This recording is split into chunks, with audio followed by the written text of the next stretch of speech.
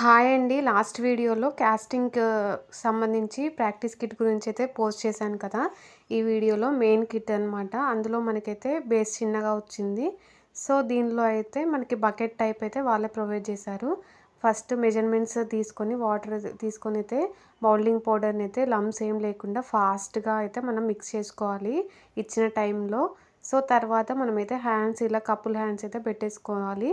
వాళ్ళు ఇచ్చిన టైంలో అయితే అస్సలు కదిలించకుండా మనకి ఏ పొజిషన్ అయితే కరెక్ట్‌గా ఉంటుందో ఆ పొజిషన్‌లో అయితే ఉంచాలి.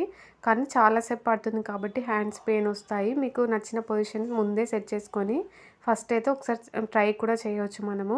నెక్స్ట్ అయితే టైం అయిపోయాక మనం హ్యాండ్ గట్టిగా అనిపిస్తుంది. అప్పుడు తీసేసాక కాస్టింగ్ కిట్ కూడా మెజర్మెంట్స్ తోటి వాటర్ వేసేసుకొని లంప్స్ ఏం లేకుండా కలుపుకోవాలి.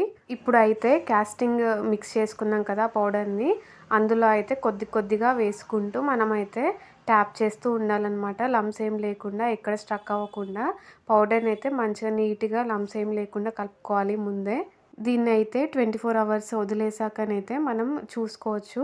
మనకి పైన ఆరిపోయినట్టు అనిపిస్తుంది. అప్పుడైతే ఇలా నైఫ్ తోటి సైడ్‌లకి లూజ్ చేసుకొని బకెట్‌ని ట్యాప్ చేస్తేనైతే ఇలా వచ్చిందనమాట. ఇప్పుడు కొద్ది కొద్దిగా కట్ చేసుకుంటూ మనం పైన ఇది అంతా తీసేస్తేనైతే మనకి రిజల్ట్ ఎలా వచ్చిందనైతే కనిపిస్తుంది. అవుట్‌పుట్ అయితే చాలా వచ్చిందనమాట. కాకపోతే హ్యాండ్స్ షేక్ అవ్వడం వల్ల మనకి ఇలా బబుల్స్ లాగా ఏర్పడాయి. చూడండి పైన మీకు కనిపిస్తుంది కదా! సో, అయినా ఏం ప్రాబ్లమ్ లేదు. మనకిది ఆరిపోయాకైతే వాళ్ళు శాండ్ పేపర్ లాగా ఇచ్చారనమాట. దాంతోటి మేము ఇలా నీట్‌గా క్లియర్ చేశాక గోల్డ్ కలర్ కూడా వాళ్ళే ప్రొవైడ్ చేశారు. ఆరిపోయాక 48 అవర్స్ అట్లా వదిలేసాక మనకైతే వాళ్ళు ఇచ్చిన గోల్డ్ కలర్‌నైతే ఇలా పెయింట్ చేస్తున్నాము. మనకు నచ్చిన కలర్ అయితే వేసుకోవచ్చు. సో, తర్వాత ఇది ఆరిపోయాక మనకి బేస్ కూడా వచ్చిందనమాట. గిఫ్టింగ్ పర్పస్‌గా ఇవ్వాలంటే చాలా బాగా ఉంటుంది కపుల్స్‌కి.